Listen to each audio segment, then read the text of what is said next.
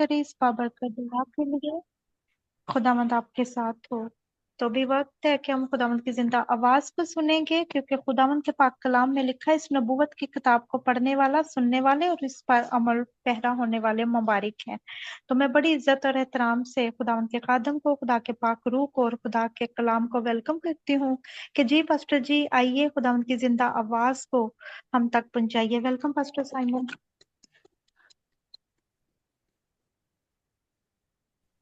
Thank you so much, Sister Shazia Hamid. God bless you.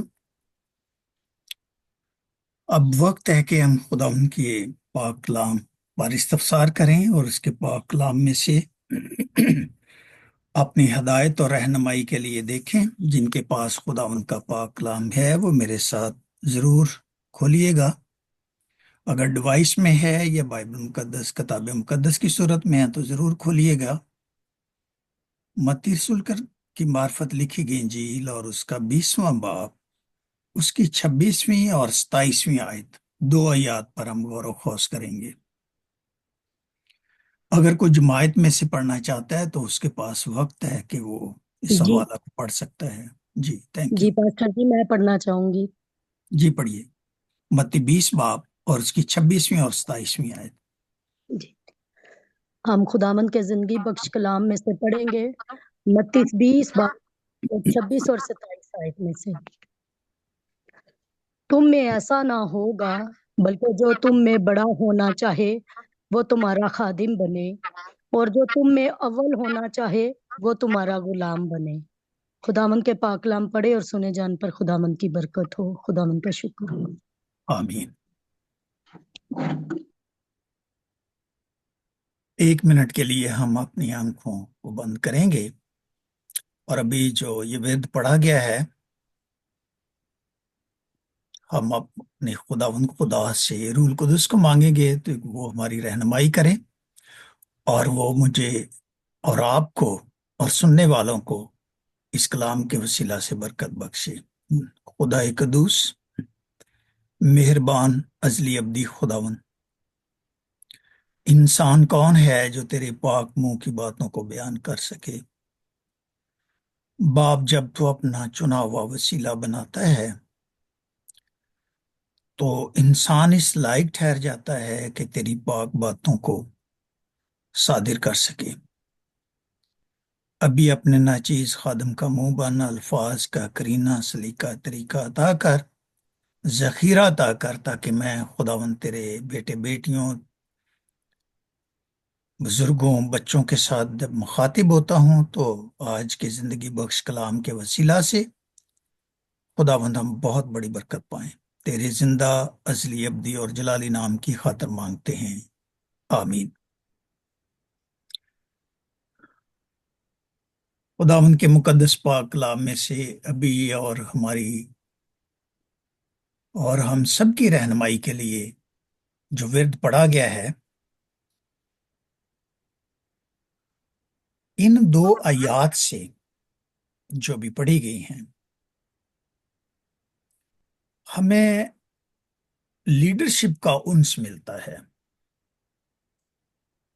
کسی اختیار کا انس ملتا ہے ان دونوں آیات میں سے۔ تو آج کا جو میرا میسج ہے اس کا عنوان ہے لیڈرشپ۔ ابھی جو خداوند نے اس ہفتہ میں ہم میں سے جو بورڈ ممبرز ہیں جن کا چناؤ ہم سب نے مل کر کیا ہے، ان کو ان کے کندھوں کے اوپر ذمہ داریوں کو رکھا گیا ہے، اور ذمہ داریوں کو نبھانے کے لیے، ان کو پورا کرنے کے لیے یہ بات بہت ہی ضروری ہے اور اہم ہے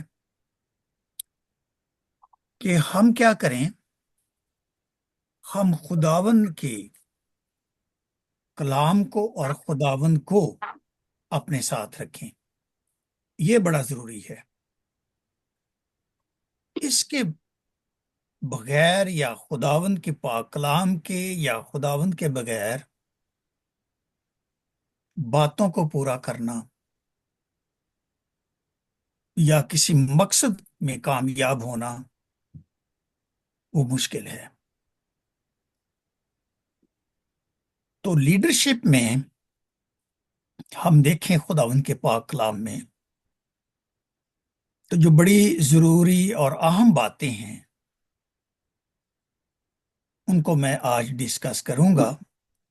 سب سے پہلی اور اہم بات جو ہے جو ایک لیڈر میں ہونی چاہیے، حلیمی کا ہونا بڑا ضروری ہے۔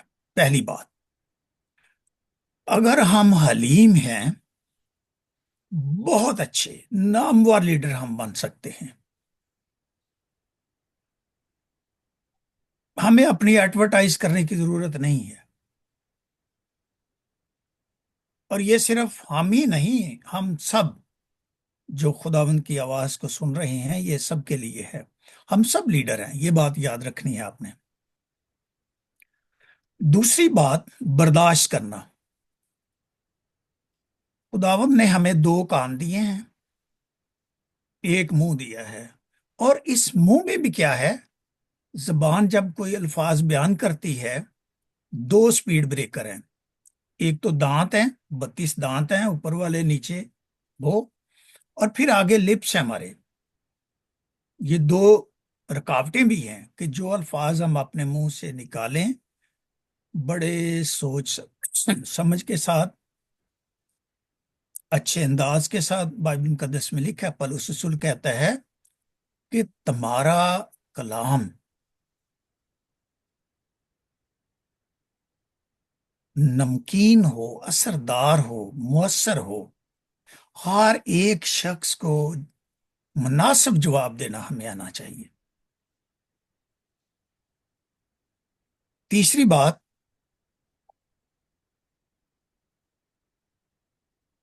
دوسرے لوگوں کے ساتھ اچھے طریقے سے بات کرنا بھی ایک اچھے لیڈر کو آنی چاہیے کہ وہ کس طرح ان کے ساتھ بات کر رہا ہے۔ بچہ بھی ہو سکتا ہے، نوجوان بھی ہو سکتا ہے، کوئی ادھیڑ عمر کا بھی ہو سکتا ہے، بزرگ بھی ہو سکتا ہے۔ ہمارا کلام، ہمارے الفاظ، کلمہ سے کلام نکلا ہے، یعنی ہمارے الفاظ، جب ہم خداوند کا کلام کہتے ہیں تو ہماری سیدھی نظر یا سیدھی بات کا بیان کرنے کا مقصد خداوند کے پاک کلام کو ہوتا ہے۔ تو لیڈر میں حلیم ہونا، برداشت کرنا، دوسروں کے بارے میں اچھی رائے رکھنا، اچھے طریقے سے ان کی آواز کو سننا اور اچھے طریقے سے ان کو جواب دینا، یہ آنا چاہیے۔ جیسے ابھی بھائی جون لطیف صاحب میٹنگ چیئر کر رہے تھے اور سیکریٹری کا فرائض ہماری بہن بیٹی ادا کر رہی تھی، تو ہمارے سب کے الفاظ بڑے اچھے، بڑے کرینے، بڑے سلیقے کے ساتھ تھے۔ لیڈرز میں یہی خوبی ہونی چاہیے۔ آج میں چند باتیں پرانے عہد نامہ میں سے آپ کے ساتھ بانٹوں گا جو کہ بڑی ضروری ہیں۔ لیڈرشپ کو جاننے کے لیے گنتی 13 اور 14 باب کا پڑھنا بڑا ضروری ہے۔ میں چاہوں گا کہ اگر آپ کے پاس وقت ہو تو بعد میں ضرور ان دو ابواب کا مطالعہ کیجئے گا۔ تو یہاں پر گنتی 13 باب کی پہلی آیت میں لکھا ہے کہ خداوند نے موسیٰ سے کہا کہ تو آدمیوں کو بھیج کر وہ ملک کنعان جو میں بنی اسرائیل کو دیتا ہوں حال دریافت کریں۔ یہاں پر خداوند نے ایک لیڈر کو مقرر کیا ہے اور اس کے ذمے خداوند نے ڈیوٹی لگائی ہے۔ جیسے ہم میں سے ہر ایک کو ذمہ داریاں دی گئی ہیں، اور یہ بات یاد رکھیں، آپ جتنے بھی خداوند کے کلام کو سن رہے ہیں اور سنیں گے، ذمہ داریاں جس شخص پر ہوتی ہیں وہ ایسی ہے جیسے سب، یعنی دوسرے الفاظ میں اگر میں کہنا چاہوں کہ اس کے کندھوں پر وزن ہوتا ہے، بوجھ ہوتا ہے، اس کے اوپر سب کا بوجھ ہوتا ہے۔ یہ بات آپ مت سمجھیں۔ اب ہمیں اختیار مل گیا ہے اور ہم شاید من مانی کریں گے، نیور ایور، کبھی نہیں ہو سکتا، کوئی بھی نہیں۔ اب یہاں پر خداوند نے جب موسیٰ کو لیڈر بنایا تو اس نے ہر ایک قبیلہ میں سے ایک ایک شخص کو مقرر کیا، اور یہاں پر یہ بھی لکھا گیا ہے کہ ہر قبیلہ سے ہر ایک آدمی بھیجنا جو ان کے ہاں کا رئیس ہو، یعنی جس کو بات کرنی آئے، جو اچھے طریقے سے لوگوں کو لیڈ کر سکے، جو اس لائق ہو۔ اور اس نے ہر ایک قبیلہ میں سے دیکھا تو ہر ایک قبیلہ میں سے ایک ایک شخص مقرر کیا۔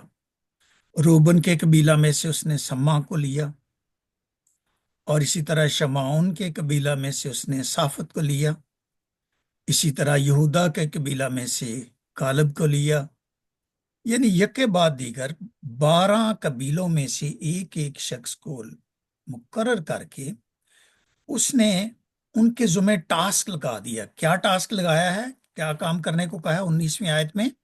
جس ملک میں وہ آباد ہیں وہ کیسا ہے، اس ملک کو دریافت کرو جا کر، وہ ملک کیسا ہے، اچھا ہے یا برا ہے، اور جن شہروں میں وہ رہتے ہیں وہ شہر کیسے ہیں۔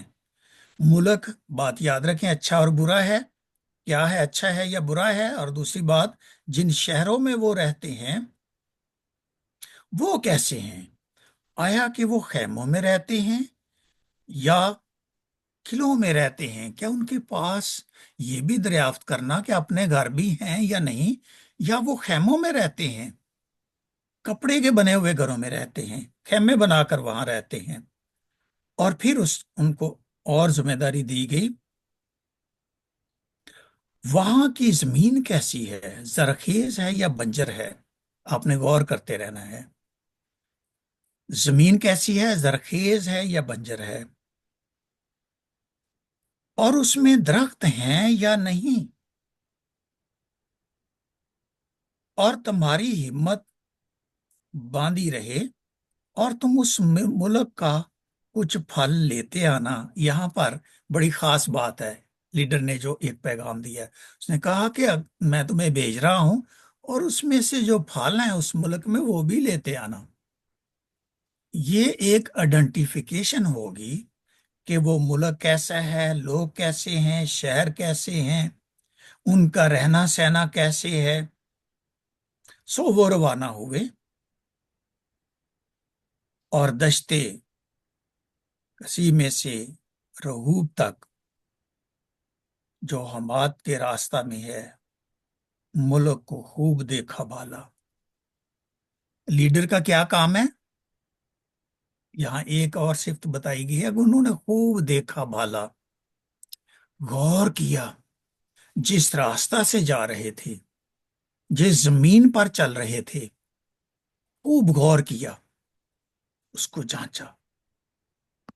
اور جب انہوں نے دیکھا تو یہاں پر انگور لگے ہوئے ہیں، ایک ہی گچھا انہوں نے اتارا، ایک گچھا اتنا بڑا تھا کہ 2 شخص اپنے دونوں کندھوں پر لاٹھی کے ساتھ باندھ کر لے کر آئے اس کو۔ اور پھر انہوں نے انار بھی وہاں سے لیے اور انہوں نے انجیر بھی لیے۔ یہ تینوں پھل جو ہیں یہ بڑے نایاب ہیں، وائٹامن سے، پروٹین سے،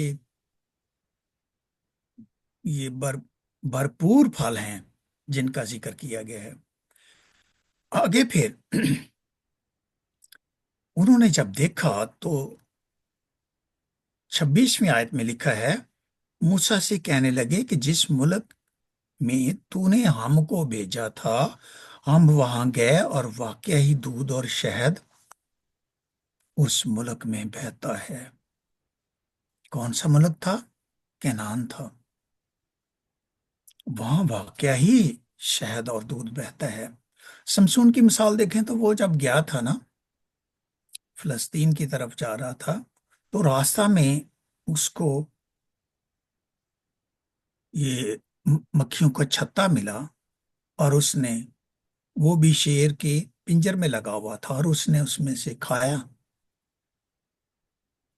واقعی شہد تھا اس ملک میں، واقعی دودھ، کیونکہ زمین بڑی زرخیز تھی، ہریاول، چارہ بہت زیادہ تھا۔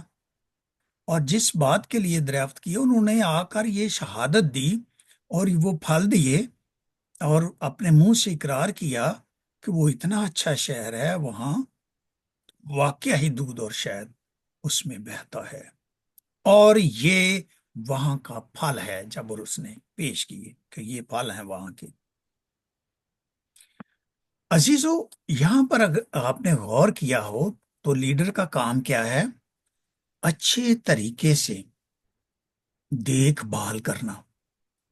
ہم جو ہماری کلیسیا ہے، اکلیسیا کا مطلب ہے دا چوزن پیپل آف گاڈ، خداوند کے چنے ہوئے لوگ۔ ہم جو اس آئی ڈی پر آتے ہیں اور اس کلام کو سننے والے جو ہیں اور جو سنتے ہیں، ہم سب چنیدہ لوگ ہیں، خداوند کے چنا ہوا وسیلہ ہیں ہم۔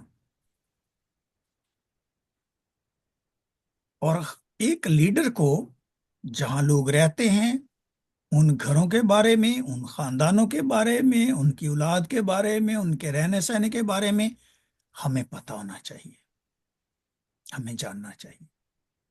زمین بنجر ہے یا زرخیز ہے، انسان کی زندگی خداوند کے ساتھ ہے یا خداوند کے بغیر ہے، اس کا مطلب یہ ہے۔ اور پھر ہم دیکھیں 14ویں باب میں، تو یہاں پر خداوند نے کلام مقدس میں فرمایا ہے، 9ویں آیت میں ہم دیکھیں تو لکھا ہے کہ فقط اتنا ہو کہ تم خداوند سے بغاوت نہ کرو۔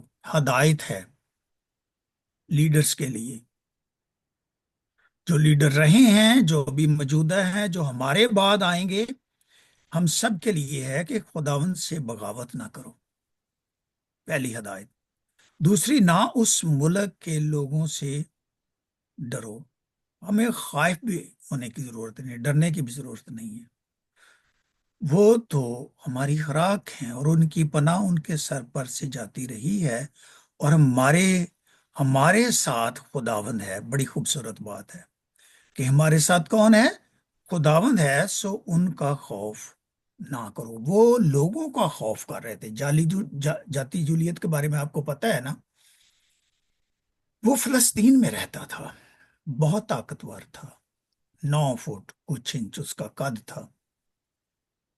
وہاں کے لوگ جبار تھے، اس ملک میں جس میں ملک کنعان میں بھیجا موسیٰ نے اپنے لوگوں کو مقرر کر کے کہا کہ ان سے ڈرنے کی ضرورت نہیں ہے کیونکہ ہمارے ساتھ خداوند ہے۔ بڑی خوبصورت بات ہے۔ یسوع مسیح کا نام ایمینول رکھا گیا، جس کے معنی ہے کہ خداوند ہمارے ساتھ۔ اور پھر تب ساری جماعت بول اٹھی کہ ان کے، خیر یہ آگے والی آیت جو 11ویں ہے میں پڑھوں گا۔ خداوند نے موسیٰ سے کہا، یہ لوگ کب تک میری توہین کرتے رہیں گے؟ خداوند اپنی توہین کو نہیں برداشت کرتا، خواہ کوئی یورپ میں سے ملک ہو، خواہ کوئی مڈل ایسٹ میں سے ہو، کسی بھی بر اعظم میں سے ہو، خداوند اپنی توہین کو برداشت نہیں کرتا۔ خداوند یہاں پر غصے میں آ گیا کہ یہ کب تک میری توہین کرتے رہیں گے۔ لکھا ہے کہ باوجود ان سب معجزوں کے جو میں نے ان کے درمیان کیے ہیں، کب تک مجھ پر ایمان نہیں لائیں گے؟ اس بات سے بھی خداوند پریشان ہو جاتا ہے۔ خداوند سوچتا ہے کہ یہ کب تک مجھ پر ایمان نہیں لائیں گے، اور پھر میں ان کو وبا سے ماروں گا اور میراث سے خارج کر دوں گا۔ اگر ہم خداوند کے پاک کلام کے مطابق، خداوند کے کہے کے مطابق عمل نہیں کریں گے، خداوند ہمیں ختم کر دے گا، اس میراث سے جس کا اس نے وعدہ کیا اس میں سے بھی خارج کر دے گا۔ میں تجھے ایک ایسی قوم بناؤں گا جو ان سے کہیں بڑی اور زوراور ہو۔ وہی قوم، وہی لوگ زوراور ہوتے ہیں جن کے ساتھ خداوند ہے، یہ بات یاد رکھیں۔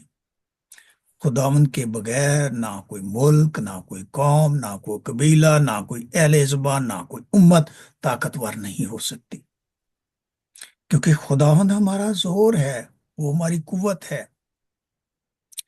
اور یہاں پر میں نے چند لیڈرز کی مثال آپ کو پیش کی۔ ابھی میں اپنے ورد پر آؤں گا جو ابھی ہم نے پڑھا ہے خداوند کے پاک کلام میں سے، 20 باب میں سے اس کی 26ویں اور 27ویں آیت میں سے پڑھا ہے۔ اب یہاں پر ایک خاتون ہے جو اپنے بچوں کا بڑا فکر کرتی ہے،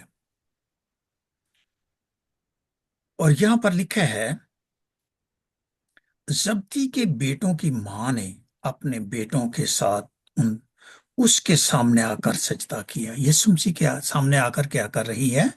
سجدہ کر رہی ہے۔ اس کو فکر اپنے بچوں کی ہے، اپنے بیٹوں کی ہے، اور کہہ رہی ہے، اور اس سے کچھ عرض کرنے لگی۔ اس نے اس سے کہا کہ یسوع مسیح نے ڈیفینیٹلی پوچھ لیا کہ کیا عرض کرنا چاہتی ہے۔ اس نے اس سے کہا، فرما کہ یہ میرے دونوں بیٹے تیری بادشاہی میں تیری دہنی اور بائیں طرف بیٹھے۔ بڑی خاص بات اس نے کر دی۔ اس کو لگتا تھا کہ اپنے بچوں کی بہت فکر تھی، بہت اپنے بیٹوں کے بارے میں سوچتی تھی، ان کا ایک مقام ہو، ان کا ایک درجہ ہو۔ اس دنیا میں تو زندگی گزار رہے ہیں، لیکن میں چاہتی ہوں یسوع مسیح کی دہنی اور بائیں طرف ہوں۔ آپ کو پتا ہے یسوع مسیح کی دہنی اور بائیں طرف کون تھے؟ 2 ڈاکو تھے۔ ایک نے تو تانا زنی کی کہ تو اب خود بھی بچ اور ہمیں بھی بچا۔ دوسرے نے کہا، چپ کر، تو چپ کر، ہم تو اپنی کیے ہوئے کی سزا پاتے ہیں، لیکن یہ شخص سراسر پاک اور بے عیب ہے، اس نے کچھ نہیں کیا۔ تو اس نے بھی عرض کی کہ جب تو اپنی بادشاہی میں آئے گا تو مجھے یاد کرنا۔ یسوع مسیح نے کہہ دیا کہ تو آج ہی میرے ساتھ فردوس میں ہوگا۔ ہوگا، ہے نہیں، ہوگا، یعنی جب خداوند یسوع مسیح آئے گا تو اسے اپنے ساتھ لے جائے گا تو وہ اس پاک جماعت کا حصہ ہوگا۔ یعنی ڈیفینیٹ کر دیا تھا، پرماننٹ بات، مصمم بات بتا دی تھی کہ تو اس کا حصہ ہوگا۔ اب یہاں پر اس نے جب یہ عرض کی، یہ اپنے دل کی بات بتا دی، تو یسوع مسیح نے جواب میں کہا، تم نہیں جانتے کہ کیا مانگتے ہو۔ کئی دفعہ ہمیں مانگنا ہی نہیں آتا۔ مجھے یاد ہے ہمارے ایک گاؤں میں مہنگا مسیح تھا، تو وہ ایک گیت گاتا تھا، منہ مانگنا ہے نالے سانگنا ہے، تینوں آج تک منگنا نہیں آیا۔ مانگنا کیسے ہے؟ جو پیالہ میں پینے کو ہوں کیا تم لے سکتے ہو؟ انہوں نے اس سے کہا، پی سکتے ہیں۔ اس نے ان سے کہا، میرا پیالہ تو پیو گے، لیکن اپنے دہنے بائیں کسی کو بٹھانا میرا کام نہیں، مگر جن کے لیے میرے باپ کی مرضی سے تیار کیا گیا ہے انہی کے لیے ہے۔ میرے باپ کی مرضی سے جن کے لیے تیار کیا گیا ہے۔ آگے بھی بڑی خوبصورت بات لکھی ہے. جب 10 نے یہ سنا تو ان دونوں بھائیوں سے خفا ہوئے. جو شاگرد 10 موجود تھے انہوں نے سنا تو وہ خفا ہوئے کہ یہ بات تم نے کیوں کی ہے. پاسبل ہے ان کے دل میں یہ بات آئی ہوگی کہ شاید پطرس کہتا ہوگا یہ تو کام میرا ہے، شاید یہودا کہتا ہوگا یہ تو کام میرا ہے، یا کوئی اور یوحنا کہتا ہوگا یہ کام تو میرا ہے دائیں بائیں بیٹھنا. مگر یسوع نے انہیں پاس بلا کر کہا تم جانتے ہو کہ غیر قوموں کے سردار ان پر حکم چلاتے اور امیر ان پر اختیار جتاتے ہیں. میں تم میں ایسا نہ ہوگا. کہتا ہے کہ یہاں پر اختیار جتانے والی ضرورت نہیں ہے. ایسا نہیں ہے، خدا کی بادشاہی میں ایسا نہیں ہے. تو بھائی میں تو اپنے عہدے کا ذکر بھی نہیں، میرے منہ سے لگتا ہے کہ میں آپ سب کا خادم ہوں اور آپ سب سے بہت چھوٹا ہوں. جنہوں نے مجھے ووٹ دی ہیں میں تو بھائی اس لائق بھی نہیں ہوں آپ کے. میں ایک سرونٹ ہوں، ایک خادم ہوں. اور یہاں پر بھی لکھا ہے تم میں ایسا نہ ہوگا بلکہ تم میں سے بڑا ہونا چاہے وہ تمہارا خادم بنے. یہاں پر یسوع مسیح نے ایک بڑا بننے کی ڈیفینیشن پیش کر دی ہے. ایک بہت بڑے لیڈر کی اس نے تعریف کر دی ہے کہ وہ تمہارا خادم بنے، اور جو تم میں اول ہونا چاہے، جو سب سے بلند رتبے پر آنا چاہے، وہ تمہارا غلام بنے. اوہو کتنی بڑی بات ہے، وہ تمہارا غلام بنے. آپ کو پتہ ہے غلام کی کیا ذمہ داری ہوتی ہے؟ وہ اپنے آقا یا مالک کے اشارے کے مطابق اپنی زندگی گزارتا ہے. وہ اس کو کہتا ہے یہ کام کرو، وہ کرتا ہے. وہ کہتا ہے یہ کام نہیں کرنا، وہ نہیں کرتا. غلام کی زندگی یہ ہوتی ہے، ہر وقت تابع داری میں رہتا ہے. تو آپ نے جو ہمیں ہمارے کاندھوں پر یہ ذمہ داریاں رکھی ہیں، ہم تو لگتا ہے کہ آپ کے غلام بن گئے. پہلے ہم مرضی سے آتے تھے، مرضی سے بات کرتے تھے، مرضی سے کلام سناتے تھے. اب شاید ہمیں آپ کے باتوں کے مطابق کرنا پڑے گا، آپ کی بات کو سننا پڑے گا. ہمیں غلام کی حیثیت گزارنی پڑے گی، ہمیں خادم کی حیثیت گزارنی پڑے گی آپ کے سامنے. عزیزو، اول جو ہونا چاہے وہ سب کا غلام بنے. چنانچہ ابن آدم اس لیے نہیں آیا کہ خدمت لے، بلکہ اس لیے کہ خدمت کرے اور اپنی جان بتیروں کے بدلے فدیہ دے دے.